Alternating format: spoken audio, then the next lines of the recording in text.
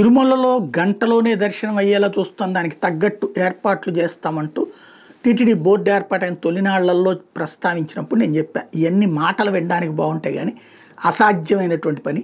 Token system ఎప్పటి నుంచినో పెట్టారు, ఏది చేతికి ఇది వేసేటటువంటిది. అలాంటి సిస్టమ్స్ ఉన్నా కూడా ఎన్ని గంటలు పడుతుంది కరెక్ట్గా ఆ టైంకి లోపలికి ఎంటర్ అయ్యేది చెప్తారు కానీ దర్శనం బయటికి గంటలో రప్పించడం అనేటటువంటిది అసాధ్యం. ఒక్క బ్రేక్ దర్శనాల్లో మాత్రమే అది సాధ్యం అవుతుంది, గంటన్నరలోనూ.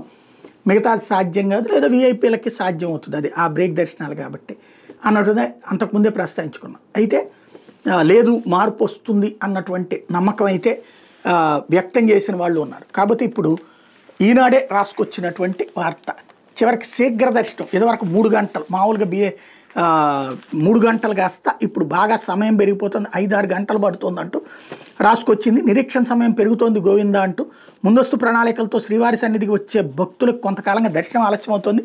ముఖ్యంగా 300 రూపాయల టికెట్టు భక్తులకి గరిష్టంగా 3 గంటల్లో దర్శనాలు కల్పిస్తున్నట్టు తిరుమల తిరుపతి దేవస్థానం చెప్తున్నా. 4 నుంచి 6 గంటలకు పైగా సమయం పడుతుందని, వేసవి నేపథ్యంలో వృద్ధులు చిన్నారులతో ఇబ్బందులు పడాల్సి వస్తుందని భక్తులు వాపోతున్నారు. ప్రస్తుతం 300 టికెట్లను రోజుకి 15,000 వరకు కేటాయిస్తుండగా ఆన్లైన్లో 3,000 ముందుగా బుక్ చేసుకుంటారు.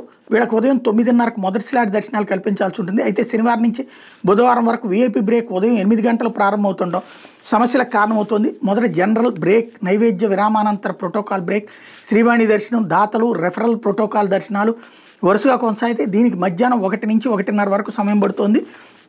దీంతో ఉదయం 9:30 స్లాట్ పొందిన భక్తులు వైకుంఠం క్యూ కాంప్లెక్స్ దర్శనానికి కలిసి 5 నుంచి 6 గంటలు వేచి ఉండాల్సి వస్తుంది.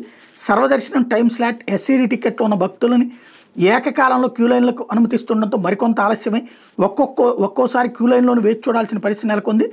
ముఖ్యంగా వృద్ధులు చిన్నారులతో వచ్చిన వారు తీవ్ర ఇబ్బందులు పడుతున్నారు.